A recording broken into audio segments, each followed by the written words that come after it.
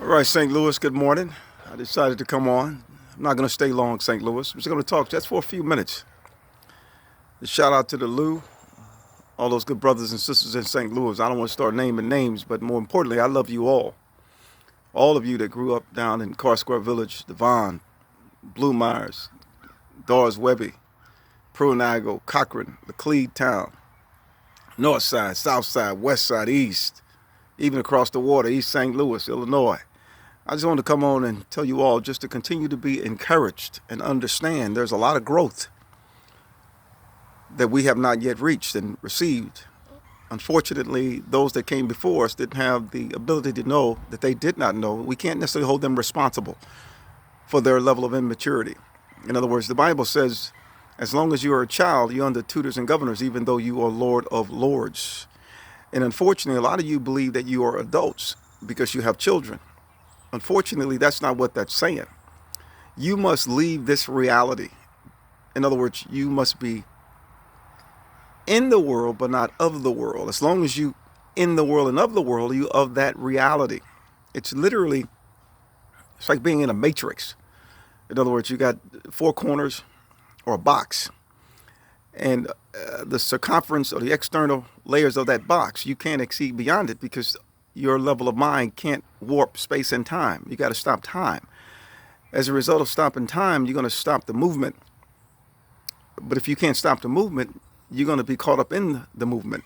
The Bible says that you must keep your hand on the plow, and if you look back, you're not fit for the kingdom. In other words, you have to warp space and time. Everything is different levels of density, energy, ones and zeros, binary.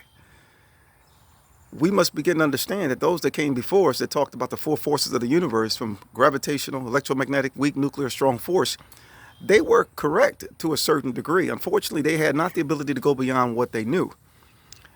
Nothing is physical. Everything is different levels of energy. In other words, no different than a television, no different than colors. When you look at a color, it's not the actual color in which you perceive it to be.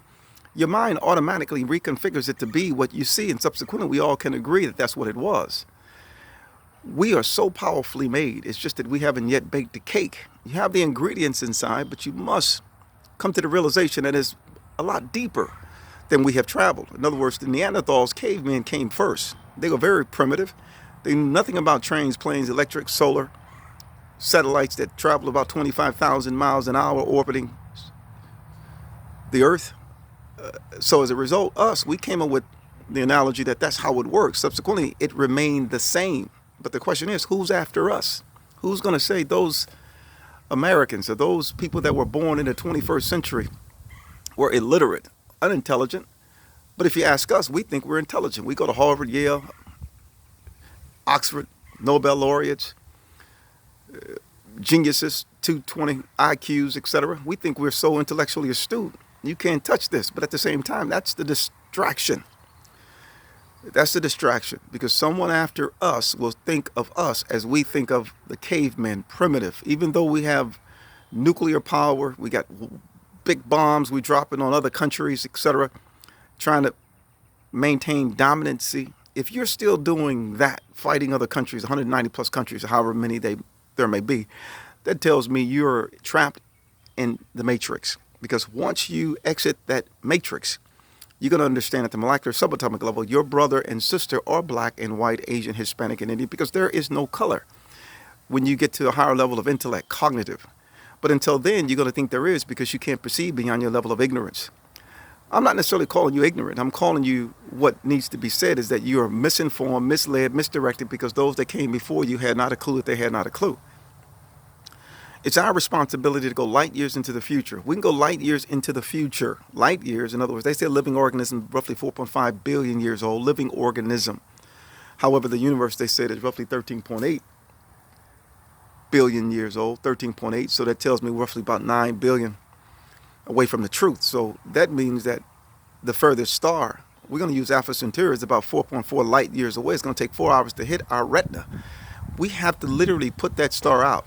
We have to go the opposite direction. In other words, we have to reverse the laws of thermodynamics, entropy that's increasing, which is disease, darkness, and chaos, and go back in the other direction in which we are currently moving away from.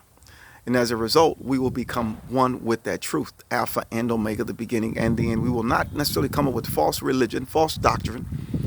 You got hundreds of different religions, and these religions are fighting one another, but yet they think there is a God, and they all have different gods. The question is, they all are the same at the deeper development of who they are capable of becoming, but unfortunately, they never became. So as a result, they're perishing. They work, have families, retire, subsequently end up getting sick, going to a nursing home, end up going into the grave. The question I ask all of you, why is that? Why are we dying? You're thinking, well, you're supposed to die. You're born, you die. No, that's not true. That's not true at all. The reason we're dying is because we have not reached the perfect sound to be able to stop the laws of thermodynamics, time. I'm not necessarily talking about time travel. I'm talking about stopping time as you know time. It's obvious and quite clear that they talk about time dilation. And if everything is relative or absolute, then you're talking about energy equals mass at the speed of light. You're talking about the Heisenberg uncertainty principle, whether or not you can measure the position and the velocity at the same. These people are clueless that are leading us. That's right. I'm going all the way down to Galileo, Copernicus, Plato, Einstein, all these guys, Newton. Don't get me wrong. They started off with some level of intellect, but if you don't have the truth, you have nothing. We must literally reach a higher level of awareness so we can warp space and time and subsequently create a gravitational wave, which is 1.3 billion light years away, and create that right now. At that point, you got two what they call black holes that are merging together that will change the sound. But anyway, I just came up for a moment, sitting out in the backyard. I wanted to just say to St. Louis, as well as the Bahamas, New York, Oregon, my grandbaby Noah, Winton, you and Catherine, continue to grind. Daddy got you. Also, Florida, my daughter, Zion, Daddy love you, sweetie, as well as Gabe and Walter and Danielle, and also Alabama, Georgia. I know you guys are out there working.